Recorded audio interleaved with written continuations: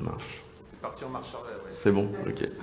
Donc moi je vais vous parler de quelque chose qui me tient vraiment à cœur, c'est la mutation de l'accueil client. Alors qu'est-ce que ça veut dire pour moi? C'est qu'en fait j'essaie de voir de façon assez globale les nouvelles consommations, de comment on peut accueillir, comment on va pouvoir vivre une expérience consommateur, donc ça, consommateur en tant de mot positif. Et de là en fait j'ai surtout travaillé pour vous aujourd'hui sur la transformation du comptoir d'accueil. Alors le comptoir d'accueil, c'est la banque, c'est le desk d'accueil, c'est plein de valeurs et des mots en fait qu'on peut greffer dessus.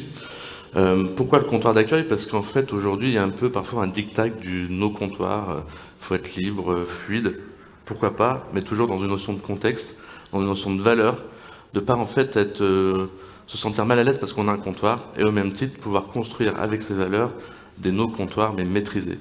Ne pas subir un effet de mode de Pinterest ou autre, mais de construire votre projet autour de comptoirs. Bien sûr, on a tous connu ce magnifique comptoir de centre médical quand on était enfant, on allait prendre le piqûre de vaccin, et donc qui nous fait un peu flipper. Aujourd'hui, qui devient un peu à la mode, si on regarde Pinterest, parce qu'on est dans les années 70, le Formica Orange revient, donc voilà, comme quoi.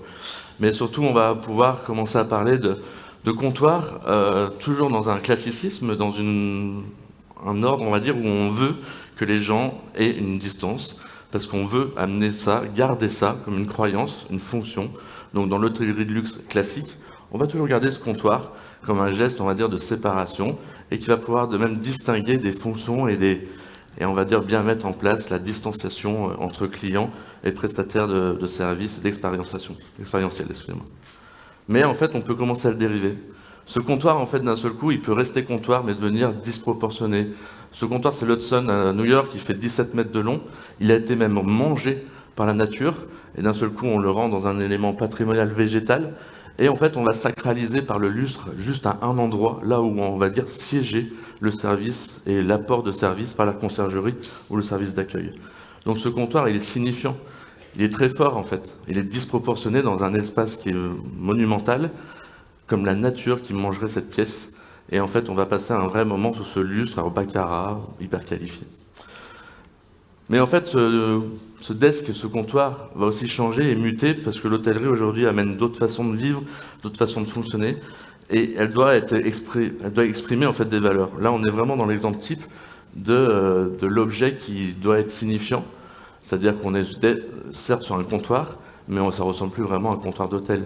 On est presque dans une prestation artisanale, on est patrimonial. Alors c'est des mots que vous utilisez souvent et qui, moi, me touchent beaucoup, mais en tout cas qui vont exprimer des choses avec du fond. Et de ce fait, il y a la forme. Donc le comptoir n'est pas encore rédhibitoire du tout et on peut nous l'amener à exprimer des choses. Il peut même devenir en fait un objet qui va qualifier, coopter, et même le co-branding va amener un niveau et un curseur prestation et montrer que l'hôtel ou le prestataire, avec les marques qu'il a choisies, devient aussi un élément hyper élevé en termes de prestations. C'est le cas là du Ace Hotel à Londres, où on va pouvoir acheter l'ensemble des éléments de l'hôtel, mais en fait on va pouvoir vivre une expérience où la marque de vêtements est la petite marque de niche qualifiée, où en fait les vinyles que l'on peut acheter sont vraiment des collectors, et donc d'un seul coup ça amène un curseur. Là je vous parle de produits plutôt qualifiés, mais c'est la même chose avec le produit local. Enfin, en fait c'est juste une question de curseur et où est-ce qu'on le positionne. Ce lieu d'un seul coup, on le connaît tous, ces lieux en fait hybrides qui vont faire interfacer entre guillemets l'intérieur et l'extérieur. Donc on est dans cet hôtel, boutique, hôtel, où on va vivre des expériences, on va pouvoir utiliser le lieu avec des façons différentes, faire aussi vivre une expérience de verticalité et d'horizontalité. Verticalité, on va dire, on dort dans le building ou dans l'immeuble. Et l'horizontalité, c'est de dire qu'on ouvre les portes à des services et des fonctions avant qui n'étaient pas du tout connectés. Le restaurant de l'hôtel servait au petit-déj et c'est tout. Aujourd'hui, les restaurants d'hôtel sont de plus en plus ouverts sur l'extérieur, ça devient le lieu à vivre ou l'expérientiel. Le bar devient la même chose, le coworking dans cet espace, mais potentiellement la boîte de nuit aussi. Et en fait, l'idée, c'est que va se mélanger ces gens avec au moins un facteur commun, c'est l'envie d'être dans un lieu qui est qualifié par l'imagerie qu'on y donne, les prestations qu'on y donne, et de ce fait, potentiellement, les marques aussi qui sont vendues, qui vont, pour certains, les qualifier. Donc c'est pas anodin non plus d'utiliser un comptoir dans ce cas-là. On a des grandes marques comme ça où on se rend compte que le comptoir est plus qu'un vrai élément stratégique d'une prestation et d'un geste qui, pour moi, est fort. C'est qu'en fait, Nespresso, pour ceux qui n'ont pas reconnu, c'est les boutiques Nespresso, c'est l'avant-dernière mouture du design de Nespresso, mais qui a toujours été la même dans la démarche. Ces comptoirs ne sont que 2 postes côte à côte. Pas 3, mais 2. Pourquoi? Parce que dans le protocole de stratégie d'accueil et de commercialisation, il y a un geste qui est obligatoire. Quand vous achetez des capsules Nespresso et qu'on les met dans le sac, vous avez payé. Et en tant que représentant de la marque, on doit prendre les 2 anses, mettre la main sous le sac et faire le tour. Comme quoi, en fait, le design, il n'est vraiment pas anodin. Parce qu'en fait, si on mettait 3 personnes, on ne peut plus faire ce geste. Et ce geste, il sert à quoi? Il anoblit le café. Alors, ça y est, on commence à être sur cette fin de vie de ce Nespresso équivalent à Chanel quand vous sortez de la boutique. Mais en fait, c'est pas si loin. Hein. Quand vous voyez la qualité du sac, quand vous voyez la façon en fait, dont les gens sont fiers de sortir de cette boutique, c'est qu'en fait, il y a toute une logique. Et le comptoir est vraiment pas anodin. Donc, il faut vraiment réfléchir sur ce que peut être cet objet et ce que l'on va pouvoir y mettre en amont. C'est les valeurs qu'on veut exprimer, où est-ce qu'on veut l'emmener. Et puis là, c'est le nouveau concept Nespresso. Alors là, on est encore le gap au-dessus, toujours un comptoir ouvert, toujours ce geste, mais là, on est côte à côte. On n'est plus face à face, c'est-à-dire qu'on est entre l'intermédiaire de la table d'hôte, du comptoir d'encaissement, où il y a encore des caisses. On est sur l'expérientiel, puisqu'on va commencer à avoir des machines à café, on va pouvoir déguster. On va pouvoir passer derrière le desk qui est en fait sur le mur du fond, on a plus d'espace pour pouvoir aller voir et on va vous expliquer qu'il y a un déca longo, qu'il y a un déca court, qu'il y a un déca intermédiaire. Enfin bon. Et d'un seul coup, on fait quasiment une prestation d'un torréfacteur qui pourrait requalifier en fait son produit. Donc néanmoins, c'est hyper fort parce que le desk est en train de muter, la proximité d'épaule amène quelque chose qui devient plus du conseil et un peu moins de distanciation. Et on va pouvoir tourner. On va pouvoir aussi créer volontairement de la distance. Aujourd'hui, on se rend compte avec cette période un peu bizarre que c'est encore un objet qui permet de créer volontairement ou à la demande intuitive du client ou du prestataire. Donc, c'est vraiment là le dernier concept qui est en train de sortir et qui va se développer sur les 4 ans à venir. Et puis même dans cet espace, il va y avoir cette table d'hôte qui est vraiment travaillée aussi bien en partie commerciale, l'expérientiel, dégustation. On va même pouvoir aller dans les meubles derrière quasiment si on était comme à la maison. Bon, cette phrase qui veut tout dire et rien dire, mais en tout cas, plus facilement accessible et vivre une expérience vraiment forte. Voilà, alors je pense qu'une partie connaît un peu l'objet dont on va parler. On parle de McDo. Alors McDo, ça ne fait pas arriver sur le papier, enfin, quoique, pourquoi pas. Mais en fait, ce qui est intéressant, c'est que là, il y a une réelle, très très forte mutation des services et du fonctionnement de ce fast-food. Vous l'avez tous vu, cette borne automatique, qui est celle-là. On va pouvoir commencer à tout commander sur place ou à emporter, qui va en fait ne plus avoir de contact physique sur la partie choix et monétaire, et qui va amener un contact physique que sur la fin, c'est-à-dire la prestation de « je vous donne le sac ». Je l'ai mis juste après Nespresso parce que cette banque, elle n'est pas anodine non plus, hein, puisqu'on passe au milieu pour vous donner le sac. C'est hyper qualifié, hein, comme geste. On est encore chez McDo. Hein. Et alors à droite, il se passe un truc assez drôle, c'est qu'on voit les salades.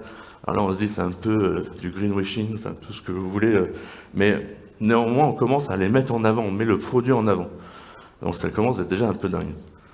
Et puis en fait, il se passe ça chez McDo, service à table. Oh là là. Alors là, on arrive au bout de la démarche. On était dans une culture du fast-food, il fallait manger vite, presque en marchant. Maintenant, en fait, on commande, je vais m'asseoir et je vais attendre. Je vais faire la convivialité et la famille. Enfin, ils ont des pubs là-dessus, c'est extraordinaire. Et donc, on est au bout d'une démarche où le service va revenir comme un élément fort, un élément différenciant des autres. C'est quand même génial, quoi. Enfin, moi, en tout cas, ça me fait poser des questions. Et là, on est sur le nouveau concept qui vient de sortir à Tokyo de McDo. Et ouais. Et alors là, vous voyez cette avancée ronde là, où il y a toutes les salades et les éléments. Ben, il se passe quoi? C'est qu'en fait, là, on est en show cooking. C'est ce qu'on fait aujourd'hui dans les restaurants un peu étoilés, dans les éléments très qualifiés. Vous avez le gars qui prend les produits devant vous, qui va les mixer, qui va les assembler pour faire votre sandwich. Il ne fait pas un sandwich, il fait votre sandwich. Traçabilité, transparence. Alors, on va au bout du bout. Et on parle de fast-food. Donc il y a une réelle remise en question quand même de la niveau de consommation et de comment en fait on est manipulé potentiellement, mais surtout de comprendre qu'aujourd'hui il y a plein de façons de faire pour amener des nouvelles mœurs. Et en fait ces grands-là, qu'on cautionne ou qu'on ne cautionne pas, ont bien compris qu'il y avait des nouvelles consommations, il fallait bien s'y mettre. Et puis après des hôtels où il n'y a plus de lobby, il n'y a plus d'accueil, plutôt il y a un lobby, il n'y a presque plus de desk, voire qu'il n'y en a même plus du tout. Parce que quand on arrive ici, on est au Public Hotel à New York. On arrive dans un petit hall, proportionnellement aux 480 chambres, Et en fait, on n'a que 2 escalators qui vont nous monter au salon. Et la partie basse est complètement ouverte, avec une partie restauration, bien sûr, circuit court, bien sûr, hyper qualifié, en snacking et en restauration, mais aussi ouvert de 6 heures du matin jusqu'à peu près 4 heures du matin. Ils ont 2 heures pour les rotations de nettoyage, et qui sert au coffee shop, enfin, tout ce que vous voulez en expérientiel. Donc là, on est vraiment sur cette logique de l'hôtel qui ouvre ses portes, et en fait, tout le monde vit cet espace comme un lieu à côté de l'agence, du bureau, mais aussi, bien sûr, de vivre un vrai moment où j'amène ma copine pour arriver sur un lieu qui commence à être un peu prime access avec mes premiers euros ou dollars. Et puis en même temps, je peux amener aussi un vrai moment en business, un petit peu plus à la cool, parce que l'ambiance est cool, il y a un niveau de musique qui est aussi hyper qualifié, avec des habillages sonores. Donc c'est ce qu'on va pouvoir vivre dans cet espace-là. Puis en fait, il y a une vraie verticalité, puisqu'en fait, les gens qui sont aussi dans l'hôtel viennent là boire un coup. Donc il y a toute une mixité sociale qui se fait, mais avec des fondamentaux qui est plutôt l'envie de faire une expérience, de vivre une expérience qualifiée. Boutique, bien sûr, en lien. Cette boutique va commencer à vendre, faire des fleurs de qualité. Alors en fait, il faut toujours rajouter qualité après chaque chose que je vais dire. Un pull de qualité, de la musique de qualité, voilà. Parce qu'en fait, c'est ça qui qualifie l'objet. Et là encore, cette notion de qualité, c'est vous qui la déterminerez. Mais c'est toujours ça, c'est l'envie d'homogénéiser ou de créer de la cohérence. Cohérence, il y a des gens qui se reconnaîtront, de la cohérence à l'ensemble pour essayer justement de faire vraiment vivre une expérience. Et ça, c'est l'étage, le salon d'accueil. Salon d'accueil, on va pouvoir justement coworker, on va pouvoir travailler, vivre une expérience comme à la maison, bien sûr. On se rappelle tous les flux, il y a aussi un restaurant au même niveau, étoilé Michelin. Et en fait, là, sur ce coup, le desk d'accueil, c'est ça. C'est quasiment presque plus rien. C'est juste une tablette numérique, on fait son check-in, check-out. Par contre, il y a un butler, il y a quelqu'un qui va vous accompagner, qui dit « Bon, clairement, vous avez une tablette, vous savez comment ça marche. Aujourd'hui, on est d'accord que 90% des gens savent à peu près gérer ça. Il est quand même là en conseil, mais son rôle, c'est de vous dire « Moi, je m'appelle Damien, mon numéro de téléphone, c'est celui-là, et vous pouvez me demander ce que vous voulez 24 heures sur 24. » C'est le butler, c'est la conciergerie. Alors certes dans un étoilé, mais non, dans un étoile, mais en fait c'est surtout ça la démarche, c'est de se dire que la vraie valeur ajoutée, c'est plus de remplir son nom et prénom, on sait le faire nous-mêmes, mais par contre ça va être vraiment d'apporter un plus, une expérience, c'est folle. Il peut vous réserver votre restaurant, comme ça vient par lui, naturellement vous avez une place. Il y a plein de choses qui se passent. Ça, on est sur l'ère justement de ce numérique, et ce numérique tend à être aidé par quelques supports. Moi, je ne suis pas un contre-numérique, loin de là. Mais en tout cas, cet élément-là est assez intéressant, puisque quand vous allez rentrer dans votre téléphone les éléments, puisque votre téléphone peut aussi servir de tablette, maintenant, on n'est plus obligé de toucher la tablette de l'hôtel. On va pouvoir aussi rentrer son ouverture de porte. On a même un truc dingue qui est en train de se faire, puisque le téléphone, il a un GPS. Et l'hôtel va pouvoir vous envoyer, via des SMS ou chat ou vos choix, des informations locales. Tiens, vous êtes dans ce quartier ? En fait, il y a un petit resto qui est super sympa. Donc là, on est encore sur une logique de conciergerie en push. Puis je vais faire venir sur un petit objet que tout le monde connaît, mais qui est assez marrant, puisqu'en fait, j'ai cherché un nouveau concept Apple. Ça fait 17 ans en fait que le concept Apple est le même. Je ne sais pas si vous vous rendez compte. Eh bien, il n'y a pas de nouveau concept, c'est toujours le même. À peu près, il faut se rendre compte qu'en 17 minutes, le ticket moyen, c'est 986 € vendus, 17 minutes. Et quand on touche les 22 minutes, on arrive à 2200 €. Je pense que là, on est pas mal quand même dans la vente et dans la commercialisation. Et il se passe quoi? C'est qu'en fait, ils ont désacralisé l'objet, ils l'ont rendu super design, super beau, on connaît tous. Mais surtout, ils ont ouvert, il n'y a plus de porte, on est sur une façade ouverte, qu'on soit en intérieur ou en extérieur. On a enlevé le desk d'accueil. Ah si, il y a un desk d'accueil, c'est le Genius Bar tout au fond, qui sert juste à faire une barrière technique, un support, et en fait qui est juste un service, on va dire, d'accompagnement, et surtout d'une technicité. Clairement, moi je m'en fous qu'il aille bidouiller dans mon ordi, je veux même pas qu'il m'explique trop. En fait, c'est occupant, puis en fait tu me le rends en bon état. Par contre, ce qui se passe, c'est ça, c'est qu'en fait on va juste repérer par le vêtement, on va aller à côté, on va dire voilà, j'ai vu potentiellement un téléphone, bon j'avais vu le bas de gamme, il va m'amener sur le haut de gamme, c'est son boulot, on va pouvoir se balader, et puis là en fait quand on va commencer à choisir, il va prendre son... Allez, j'ai fait 15 minutes. Il va prendre juste son téléphone, il va commander à son collègue de faire venir l'objet. Entre-temps, il tourne son téléphone, il prend la carte bleue, on paye.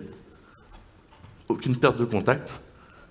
Le produit arrive, et puis en fait, on dit j'aimerais une facture.